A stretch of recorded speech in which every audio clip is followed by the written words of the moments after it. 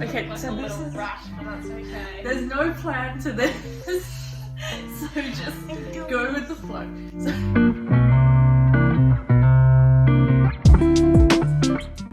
Hey guys, welcome back to my YouTube channel. I have Mia from the MJM Performance Courses, and she is with me, and we're going to be talking about horses because horses are life. They really are. So I'm going to be talking about, well, we're going to be talking about Differences between riding as a disabled person as an able-bodied person. yeah, so it's pretty much the same, but there's difference Yes. in how we do things. It's pretty much the same, but Yeah. they're very vast differences. Basically. So we're just going to go and ask questions to each other. Yeah. But if you're new here, I'll explain a bit about who I am. So hi, I'm Sarah, and this is, I'll put in a photo, my guide dog Storm, and I have visual snare syndrome, and I have neurological vision impairment and autism. So I'm disabled, sadly, and it's slowly going down. Hold on. Technical difficulties. This ton. Okay. Take two. So anyway, I'm disabled. She's not. No, let's get into it. I know you're a dressage rider. Yes. When coming into corners and looking towards invisible letters, because we don't have letters in our business, going into corners, how do you prepare for those corners? It's a feel thing. So I feel him, and I keep him pretty in check. Just real And balanced, because sometimes the corner does sneak up on me, so I just need to keep him short reins and balanced. Yeah. With looking at letters, I sort of just pretend to look. Because I had a lot of vision when I was learning to ride. I kind of know where they are, so I just guess where they are. But if the trainer tells me go to A, usually I end up at a different letter. Okay, so how do you do it? So obviously, I can see it properly. So when I'm at the letter beforehand, I, balance my horse up, shorten their stride, and then put my leg on around the corner. I have a lot of time to prepare for that corner, so my horse does balance up a lot better, and I'm not too worried about it. Yeah, because you can see it. Yeah. How do you tack up? Because I'm a bit different. Hold on. Here's my question. How do you tack up as an able-bodied person? So,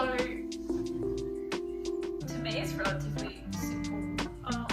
I brush, pick out feet, brush my tail and mane, and then I grab my saddle pad, put it on, then the half pad if I'm using So a it's half easy pad. for you to see where the saddle needs to be, and And it's easy to judge where my stirrup girth length needs to be. Yeah. And it's relatively easy to see what hole I need to be on, where the hole is doing up the girth. And I can just, it's just flowy. Yeah. For me, it's I need to feel a lot. I have to feel all the gear to make sure it's right. So when I brush him, sometimes I miss spots because I can't see it that well. So I feel all over him, usually. Same with putting his boots on, just feel where his support, that lock, and I swear I know what I'm doing. Yeah. And I'm lucky Tonto eats the bridle. He just scoops it up. His mouth. Yeah. Yeah, just give it to me. He's like, give it to me. When you were jumping, how did you go lining up towards jump?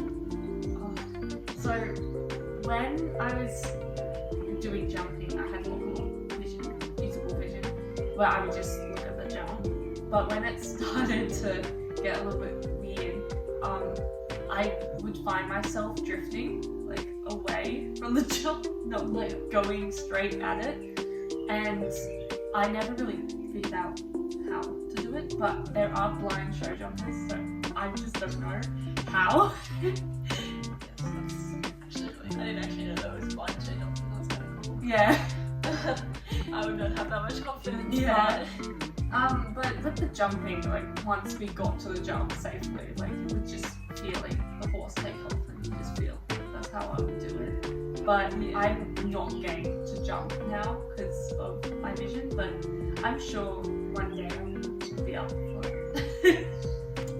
Some help. Yeah, with some help. Yeah, so when I jump, it's pretty easy to line up, and I pretty much do that as well. Once the horse's front legs take off, then I lean forward, but that's a lot of my balance as well. Yeah. So that's if the horse refuses, then I can sit back on it and not get thrown over its head. Yeah. And it's a pretty good technique to Yeah, have. it's a good technique. Because a lot of people, like I try to explain it to them, like people go, I keep falling off, and I'm like, well, sit back, sit back, and they just don't get it. And it's a pretty good technique to have. Yeah. So it's good that you have it as well. Feeling it. You just gotta feel it. It's all about feel. Yeah. Jumping is all about feel. Yeah. But there's a lot of, you need to keep your head up, look where you're going, look to your next jump, and It's a lot to think about, and especially like when show jumping would work for me these days because I get vertigo if I like look around too quickly. Yeah. Because imagine visual snow everywhere and then looking around quickly in the sun, it's just not a good recipe. When you go out to feed, you can easily spot the horse in the paddock and see if there's something wrong. Because that's something I get scared of a lot. But is that, I guess you don't really think about it when you go out there. Yeah, I don't really think about that. There are times where I go out and, Dolly could be on the other side of the paddock, and I just see this little white blob in her rug. Yeah. And, if she's not walking up to her feet, then I go walk up to her. But I guess I don't really think about if I couldn't see her. Yeah. Because I have to go right into the paddock, get really close to him to notice if something's wrong. So that's like a big fear of mine. It's like one day he might be down in the paddock and I won't know because I can't tell. Yeah. But only when I feed him, which is in the morning and afternoon. So like that's a long period of time that he could be hurt or down. So that's something I do wish I had a really good vision to see that. Yeah, I've never actually really thought about that. Yeah. Okay, so that's the questions that we're going to do because we were not prepared and we had no questions, so I had to edit a lot to think about these questions.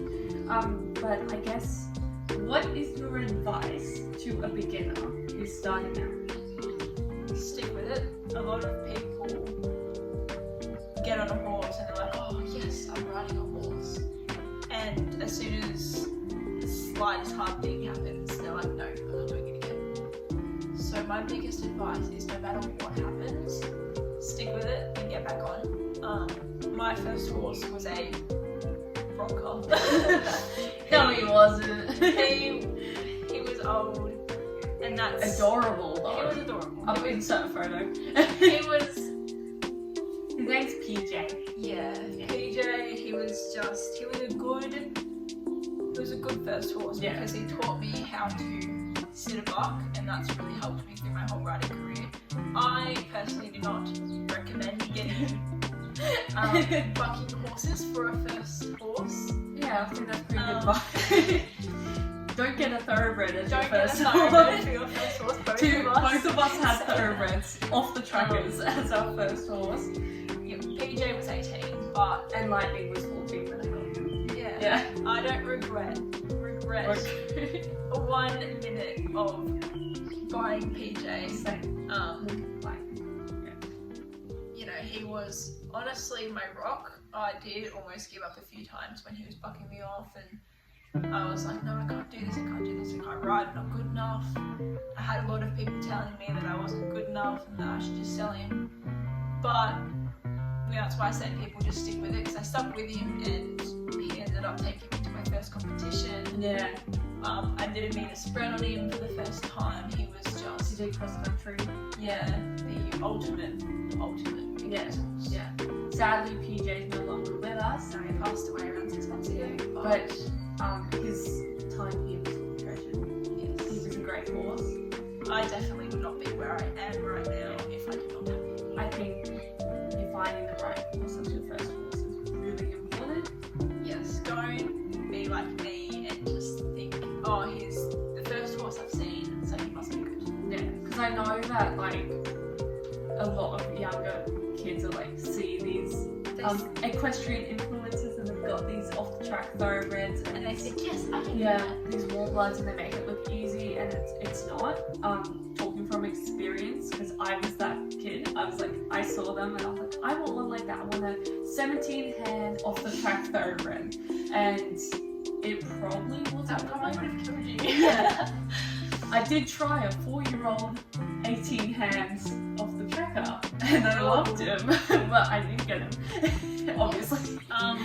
So I settled on Lightning because he was retired for a long while. Yes. Same with PJ. He's retired for a bit. So if you're going to do it, I guess go that route. Don't get it fresh off the track. Yes. Maybe a couple of years. At least 5 years Yeah. if you are looking for the thoroughbred, and multiple vet checks. If you have a coach, bring your coach along with you because they know you're riding. If you don't have a coach and you've got horsey friends, bring them along with you. Yeah. Always have someone with you because They might see something. yeah, and See. they might not have, you might not have the best judgment when it comes to horses because this is your first horse. You might emotion is very And yes, very and emotional buying a horse. you're very excited because, oh my god, it's a horse, I'm finally looking at one. Yeah. I'm riding a horse that could be mine, and that's what my mistake with PJ was I was Fall just, in love. I fell in love with him, and I probably shouldn't have, but Yeah. and also be very aware of sellers and druggers. Yeah. Because beginner horses, novice horses are very likely to be drugged.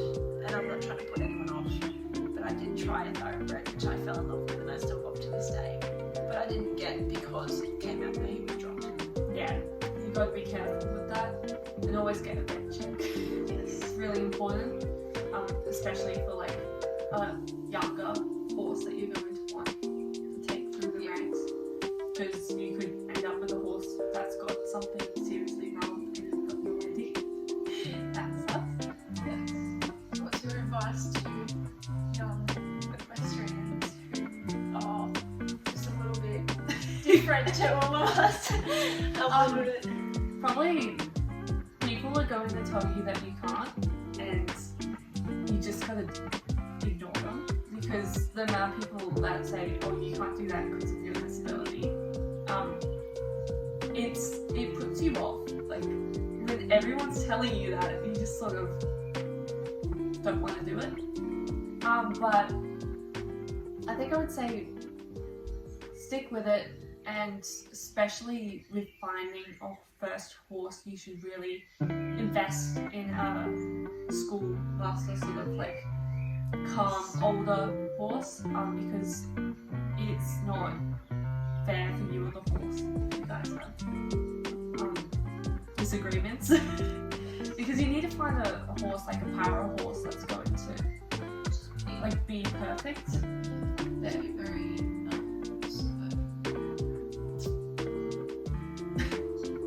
what's the word? Very calm, like just go with the flow. Yeah. And Patient. Yeah. That's the word. Yeah, you want the right horse for you, because it's really important. Otherwise you might be putting yourself in danger. But anything is possible. If you have a dream and you want to make it one day, like you can. Even though the odds are against you, you might feel at the beginning. But there are also very good organisations out there that will help with teaching you how to ride if you are disabled. So like riding for the disabled, they were really good. I never went because I was able-bodied when I was little, but yeah, so I think that's advice given. Yeah. And because we didn't do this in the start of the video, tell us a bit about yourself. I'm going to put this in the front. Okay. So, Hi, I'm Mia. I have been riding since 2019. I do a bit of everything at the moment. My main passion is eventing, although I do love barrel racing as well.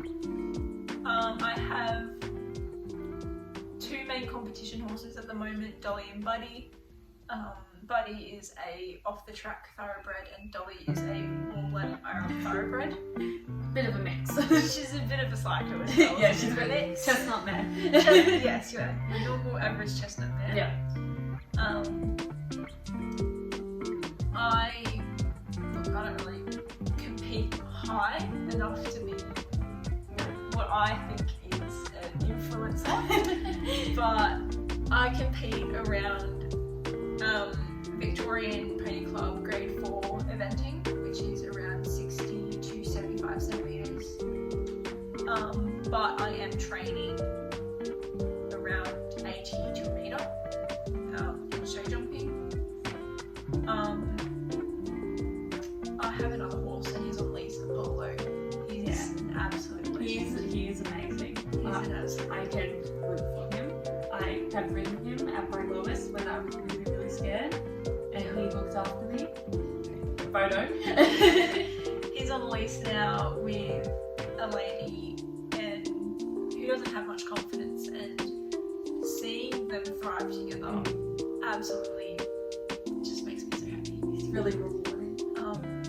He was actually the first horse I properly trained. Yeah. So, That ignited that passion. yes, it did Very much ignite the passion. You hope to like work with client horses. Yes, in the the future. In the future. In the I finish future. year 12 first. Yeah.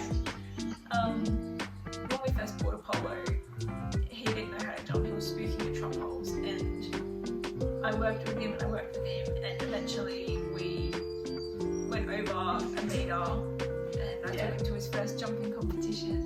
Yeah. And now he's teaching someone how to jump, and it's just Very nice. very rewarding. That was the video. Probably a bit sloppy. There was no plan. It was just Spontaneous. Get the content. But I wanted to make a collaboration with you because I want to see your business growth more and your social media. Photography. Yeah, test fire shots. Fire Link in the description. If you're in the Wodonga region. Free photo shoots. Yeah. Not that good. No, you are. Here's some of her photos. She's amazing. Thank you. She's doing it for free at the moment, but I've been trying to told, force her to step I've money. been told by like 20 people I should charge at least $1 a photo, but I did come second of all by Very Show for my photos, so Yeah. Anyway, thank you for watching, and I'll see you in the next video that hopefully will be in less than 2 weeks. The last one that I did, I think was a month ago. I've got no idea. Yeah. But I won't do it all. Anyway, bye. Bye.